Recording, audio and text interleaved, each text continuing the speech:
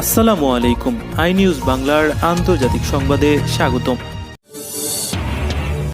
ন্যাটোর ক্ষেপণাস্ত্র মোতায়েনের জবাব দেওয়ার নির্দেশ দিল রাশিয়ান প্রেসিডেন্ট ভ্লাদিমির পুতিন। তীব্র উত্তেজনার মাঝে ভূমধ্যসাগরে তুরস্কের ফের নৌমহড়া। আরও একটি সৌদি ড্রোন ভূপাতিত করল ইয়েমেনি সেনারা। $892 বিলিয়ন করোনা সহায়তা প্যাকেজ অনুমোদন করল মার্কিন কংগ্রেস। 3 ইউরোপীয় দেশ মারাত্মকভাবে পরমাণু সমঝোতা লঙ্ঘন করেছে, দাবি ইরানের। নতুন সরকারি ভবনগুলো সুন্দর করে বানাতে নির্দেশ দিলেন মার্কিন প্রেসিডেন্ট ডোনাল্ড ট্রাম্প। তুরস্কের সাবেক কুর্দি এমপির 22 বছরের কারাদণ্ড দিল আদালত। এবার অমিত শাহকে মিথ্যার আবর্জনা বলে আক্রমণ করল মমতা ব্যানার্জি। এবং করোনা ভ্যাকসিন নিলে পুরুষ নারী কণ্ঠে কথা বলবে, নারীদের দাঁড়িয়ে উঠবে বলে আলোচনায় ব্রাজিলের প্রেসিডেন্ট। আপডেট আন্তর্জাতিক সংবাদ পেতে চ্যানেলটি সাবস্ক্রাইব করে বেল আইকনে ক্লিক করুন। আমাদের ভিডিওতে লাইক দিয়ে আপনার মতামত জানান। মার্কিন নেতৃত্বাধীন ন্যাটো সামরিক জোট রুশ সীমান্তের কাছে ক্ষেপণাস্ত্র মোতায়েন করার যে পদক্ষেপ নিয়েছে, অবিলম্বে তার জবাব দেওয়ার জন্য রুশ প্রতিরক্ষা মন্ত্রণালয়ের প্রতি নির্দেশ দিয়েছেন রাশিয়ার প্রেসিডেন্ট ভ্লাদিমির পুতিন। তিনি সোমবার মস্কো এক বক্তব্যে বলেছেন, প্রতিরক্ষা মন্ত্রণালয়কে প্রয়োজনে ন্যাটোর ক্ষেপণাস্ত্র মোতায়েনের উপযুক্ত জবাব দেওয়ার জন্য প্রস্তুত থাকতে হবে। পুতিন বলেন, ন্যাটোর এই পদক্ষেপের জবাবে রাশিয়ার পশ্চিম সীমান্ত ক্ষেপণাস্ত্র দিয়ে ভরে ফেলতে হবে এমন কোনো কথা নেই। তবে পশ্চিমা দেশগুলোর রাশিয়ার সীমান্তে এ ধরনের অস্ত্র মোতায়েনের যে পদক্ষেপ নিয়েছে তার বিরুদ্ধে জবাব দেওয়ার জন্য তিনি মস্কোকে প্রস্তুত থাকার নির্দেশ দিয়েছেন। রাশিয়া সব সময় সেদেশের সীমান্তের কাছে ন্যাটো জোটের ক্ষেপণাস্ত্রবাহী রণতরীর আনাগোনার ব্যাপারে সতর্ক করে আসছে। আমেরিকা ও রাশিয়া এখন থেকে 10 বছর আগে তাদের কৌশলগত অস্ত্র সংখ্যা কমানোর লক্ষ্যে একটি চুক্তি স্বাক্ষর করে, যা নয়া স্টার্ট চুক্তি হিসেবে পরিচিতি পায়। ওই চুক্তির মেয়াদ প্রায় শেষ হয়ে এলেও মার্কিন প্রেসিডেন্ট ডোনাল্ড ট্রাম্প এটি নবায়ন করার ব্যাপারে তেমন কোনো আগ্রহ দেখাচ্ছেন না। তবে রাশিয়ার প্রেসিডেন্ট ভ্লাদিমির পুতিন চুক্তিটি নবায়নের প্রস্তাব দিয়েছেন। ইউরোপীয় ইউনিয়নের সঙ্গে উত্তেজনার মাঝে পূর্ব ভূমধ্যসাগরে নৌমহড়া চালিয়েছে তুরস্ক। তুর্কি পররাষ্ট্র মন্ত্রণালয় টুইটারে দেয়া বার্তার মাধ্যমে এ খবর নিশ্চিত করেছে। বার্তায় বলা হয়েছে, আমাদের নৌ কমান্ড মহড়া চালিয়েছে। পূর্ব ভূমধ্যসাগরে কোন জায়গায় মহড়া চালানো হয়েছে তা সুনির্দিষ্ট করে বলা হয়নি। তবে যে ছবি পোস্ট করা হয়েছে তাতে দেখা যাচ্ছে একটি যুদ্ধজাহাজ থেকে কামানের গোলাবর্ষণ করা হচ্ছে। সম্প্রতি ইউরোপীয় ইউনিয়নের নেতারা তুরস্কের কয়েকজন কর্মকর্তার বিরুদ্ধে নিষেধাজ্ঞা আরোপ করতে একমত হন। ভূমধ্যসাগরে তেল গ্যাসের অনুসন্ধান করা নিয়ে গ্রিস ও সাইপ্রাসের সঙ্গে তুরস্কের দ্বন্দ্ব সৃষ্টির প্রেক্ষাপটে ইউরোপীয় ইউনিয়ন তুর্কি কর্মকর্তাদের বিরুদ্ধে এই নিষেধাজ্ঞা আরোপ করেছে। তুরস্ক নিষেধাজ্ঞাকে একপেশে ও অবৈধ বলে নিন্দা করেছে। তুর্কির প্রেসিডেন্ট রিসেপ তাইয়েপ এরদোগান বলেছেন, নিষেধাজ্ঞা দুপক্ষের স্বার্থ ক্ষুণ্ণ করবে। গত অক্টোবর মাসে ইউরোপীয় নেতারা তুরস্কের বিরুদ্ধে বড় রকমের নিষেধাজ্ঞা দেওয়ার যে হুমকি দিয়েছেন, অবশ্য তা থেকে ইউরোপীয় ইউনিয়ন সরে এসেছে।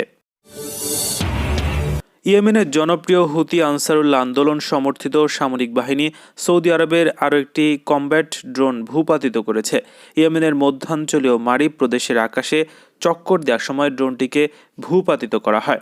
ইয়েমেনের সামরিক বাহিনীর মুখপাত্র ব্রিগেডিয়ার জেনারেল ইয়াহিয়া সারির বরাত দিয়ে আল মাসিরা টেলিভিশন চ্যানেল জানিয়েছে, গত সোমবার সকালের দিকে সৌদি আরবের CH-4 মডেলের ক্ষেপণাস্ত্রটি সাহায্যে ভূপাতিত করা হয়। তবে ড্রোনটি ভূপাতিত করার জন্য কোনো ধরনের ক্ষেপণাস্ত্র ব্যবহার করা হয়েছে তা প্রকাশ করা হয়নি। জেনারেল সারি জানান, সৌদি আরবের ওই ড্রোনটি ইয়েমেনের আকাশে শত্রুতামূলক মিশনে ছিল। 1350 কিলোগ্রাম ওজনের ড্রোনটি 3500 থেকে 5000 কিলোমিটার পথ পাড়ি দিতে পারে। একটানা 30 থেকে 40 ঘন্টা এটি উঠতে পারে। ড্রোনের প্রতিটি ডানা 18 মিটার লম্বা। এই ড্রোন 6টি ক্ষেপণাস্ত্র বহন করতে পারে এবং 250 থেকে 345 কিলোগ্রাম পর্যন্ত বোমা বহন করতে পারে। যুদ্ধক্ষেত্রে যে সমস্ত ড্রোন ব্যবহার করা হয় তার মধ্যে এটি হচ্ছে অন্যতম শক্তিশালী ড্রোন, যা 5 থেকে 7000 মিটার উচ্চতায় উঠতে পারে। এ কারণে বেশিরভাগ বিমান বিধ্বংসী কামানের পক্ষে এই ড্রোন ধ্বংস করা সম্ভব নয়। করোনা মহামারীর কারণে জরুরি ব্যয় সহায়তা সংক্রান্ত একটি বিলের অনুমোদন দিয়েছে মার্কিন কংগ্রেস। সোমবার $892 বিলিয়ন এ বিলটির অনুমোদন দিয়েছে কংগ্রেসের উভয় কক্ষ। কংগ্রেসের নিম্নকক্ষ প্রতিনিধি পরিষদে 359 থেকে 53 এবং উচ্চকক্ষ সিনেটে 91-7 ভোটে বিলটি পাশ হয়েছে। দেশের করোনা বিধ্বস্ত অর্থনীতিতে সহায়তার লক্ষ্যে এ বিলে অনুমোদন দেওয়া হয়েছে। প্রেসিডেন্ট ডোনাল্ড ট্রাম্পের স্বাক্ষরের মধ্য দিয়ে এটি আইনে পরিণত হবে বলে আশা করা হচ্ছে। প্যাকেজটির আওতায় কর্মীদের চাকরিচ্যুত ঠেকাতে ছোট আকারের ব্যবসা প্রতিষ্ঠানগুলোকে $284 বিলিয়ন ঋণ দেওয়া হবে। নাগরিকদের এককালীন $600 করে অনুদান দেওয়া হবে। এ খাতে মোট $166 বিলিয়ন বরাদ্দ দিয়েছে কংগ্রেস। ইরানের পররাষ্ট্রমন্ত্রী মোহাম্মদ জাওয়াদ জারিফ বলেছেন, পরমাণু সমঝোতায় স্বাক্ষরকারী 3 ইউরোপীয় দেশ ব্রিটেন, ফ্রান্স, জার্মানি এই সমঝোতায় মারাত্মকভাবে লঙ্ঘন করেছে। 2014 সাল থেকে 2019 সাল পর্যন্ত ইউরোপের সঙ্গে ইরানের বাণিজ্যিক তথ্য ও পরিসংখ্যান নিয়ে এক টুইটার বার্তায় একথা বলেন তিনি। জারিফ বলেছেন, 2014 থেকে 2019 সাল পর্যন্ত ইরান ইউরোপ বাণিজ্যিক তথ্য উপাত্ত পর্যালোচনা করলে দেখা যায় তিনি ইউরোপীয় দেশ পরমাণু সমঝোতায় নিজেদের দেয়া প্রতিশ্রুতি মারাত্মকভাবে লঙ্ঘন করেছে। কাজেই এ সময় ইরানের অপূরণীয় আর্থিক ক্ষতি করার জন্য আমেরিকার সঙ্গে ইউরোপীয় দেশগুলো সমানভাবে দায়ী। ইরানের পররাষ্ট্রমন্ত্রী বলেন, পরমাণু সমঝোতা কত বছর কার্যকর থাকবে তা এই সমঝোতায় লেখা রয়েছে। কাজেই এটি নিয়ে আবার কোনো আলোচনা হবে না।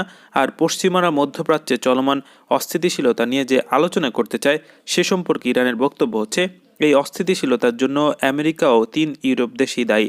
কাজেই এর সমাধান তাদের হাতেই রয়েছে এবং সেখানে ইরানের সঙ্গে আলোচনায় বসার কোনো প্রয়োজন নেই। যুক্তরাষ্ট্রে ভবিষ্যতে বানানো সরকারি ভবনগুলো অবশ্যই সুন্দর করে বানানোর নির্দেশ দিয়েছে সোমবার এক নির্বাহী আদেশ জারি করেছেন প্রেসিডেন্ট ডোনাল্ড ট্রাম্প।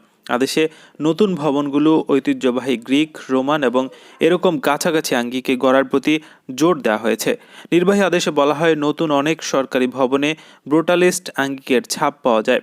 সরকারি ভবনগুলোতে হোয়াইট হাউসের মতো আমেরিকার ভালোবাসার নিদর্শনের ছাপ থাকা উচিত। 1950-এর দশকে পশ্চিমের দেশগুলোতে ব্রুটালিস্ট স্থাপত্য নামে স্থাপত্যবিদ্যার নতুন আঙ্গিকের সূচনা হয়। এটি শিল্প জগতে আধুনিকতাবাদী আন্দোলনের অন্যতম এক ফসল। প্রথাগত আঙ্গিকের বদলে ব্রুটালিস্ট আঙ্গিকের ভবনে ব্যতিক্রমী এবং আধুনিক ছাপের পরিচয় পাওয়া যায়। আমেরিকান ইনস্টিটিউট অব আর্কিটেক্ট ট্রাম্পের এই উদ্যোগের স্পষ্ট বিরোধিতা করছে, তবে প্রথাগতরা এই আদেশকে স্বাগত জানাবে বলে উল্লেখ করেছে বিবিসি। তুরস্কের সাবেক এমপি ও প্রখ্যাত কুর্দি নেত্রী লেভলা গুভেনকে সন্ত্রাসবাদের সঙ্গে জড়িত থাকার অভিযোগে 22 বছরের কারাদণ্ড দিয়েছে দেশটির একটি আদালত। পিপলস ডেমোক্রেটিক পার্টি বা এসডিপি এ নেত্রী গত 1 মাস ধরে অনশন কর্মসূচি পালন করে আসছিলেন। কুর্দি গেরিলাদের পৃষ্ঠপোষকতার অভিযোগে গত জুন মাস থেকে তাকে এমপি পদ থেকে অব্যাহতি দেওয়া হয়। এর আগে 2018 সালেও কুর্দি নেতা আবদুল্লাহ ওকালানের গ্রেফতারের প্রতিবাদে 56 বছর বয়সী কুর্দি নেত্রী 200 দিনের অনশন কর্মসূচি পালন করেছেন। 1984 সালে পশ্চিমাদের মদদে আঙ্কারায় অভ্যুত্থান ঘটানোর ব্যর্থ চেষ্টার পর থেকে ওকালানের দল কুর্দিশ ওয়ার্কার্স পার্টি বা পিকেকে নিষিদ্ধ করা হয় তুরস্কে।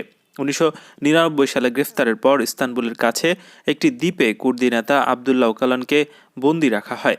পিকেকের সঙ্গে সম্পর্ক রাখার দায়ে এসডিপি নেত্রী লেভলা গুভেনকে সন্ত্রাসবাদের জড়িত থাকার অভিযোগে কারাদণ্ড দেওয়া হয়েছে, কিন্তু তার মেয়ে সাবিহা তেমিচকার মায়ের বিরুদ্ধে আনা এ অভিযোগ প্রত্যাখ্যান করে দ্রুত তার মুক্তি দাবি করেছেন।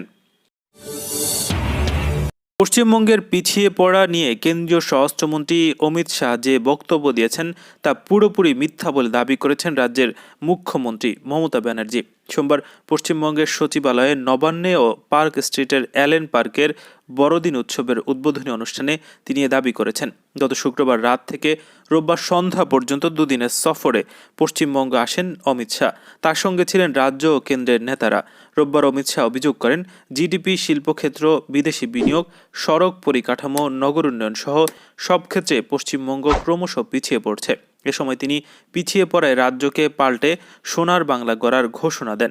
এ প্রসঙ্গে মুখ্যমন্ত্রী বলেছেন, রাজ্যে এসে সম্পূর্ণ অসত্য তথ্য পরিবেশন করেছেন অমিত শাহ। পাল্টা তথ্য দিয়ে শাহের প্রতিটি অভিযোগ তিনি খণ্ডন করবেন।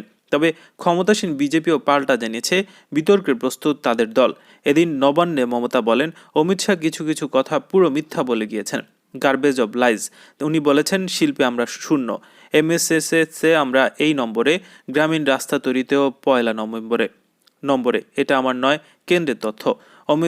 আমি অমিত সাহেবকে বলবো, আপনি তো স্বরাষ্ট্রমন্ত্রী, এটা আপনাকে শোভা দেয় না।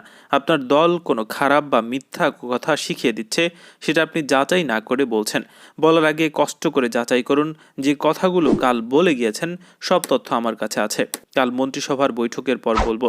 সন্ধ্যায় নবান্ন থেকে অ্যালেন পার্কে গিয়েও কেন্দ্রের শাসক দলের কড়া সমালোচনা করেছেন মুখ্যমন্ত্রী। তিনি বলেন, রাজ্য অনেক কিছুতেই 1 নম্বরে রয়েছে, কেন এত মিথ্যা বলছেন মানুষকে, সত্যি কথা বলুন।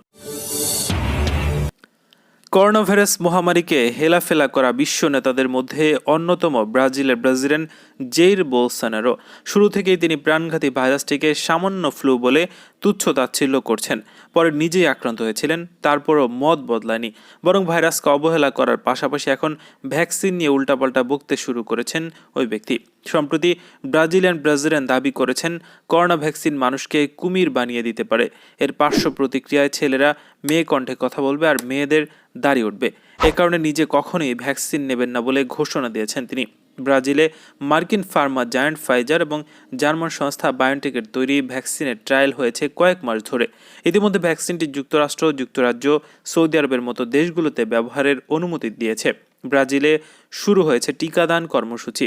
এর মধ্যেই গত বৃহস্পতিবার বোলসোনারো বলেছেন, ফাইজারের চুক্তিতে একটা বিষয় পরিষ্কার, আমরা কোনো পার্শ্ব প্রতিক্রিয়ার জন্য দায়ী নই। তিনি বলেন, আপনি যদি কুমিরে রূপান্তরিত হন সেটা আপনার সমস্যা, যদি অতি মানবে বা সুপার হিউম্যান পরিণত হন, যদি কোনো নারীর দাড়ি উঠতে শুরু করে অথবা কোনো পুরুষ নারী কণ্ঠে কথা বলতে শুরু করেন, তাদের কিছু করার থাকবে না। গত বুধবার টিকাদান কর্মসূচি উদ্বোধন করেই ব্রাজিলের প্রেসিডেন্ট ঘোষণা দেন, এটা বিনামূল্যে হলেও বাধ্যতামূলক নয়।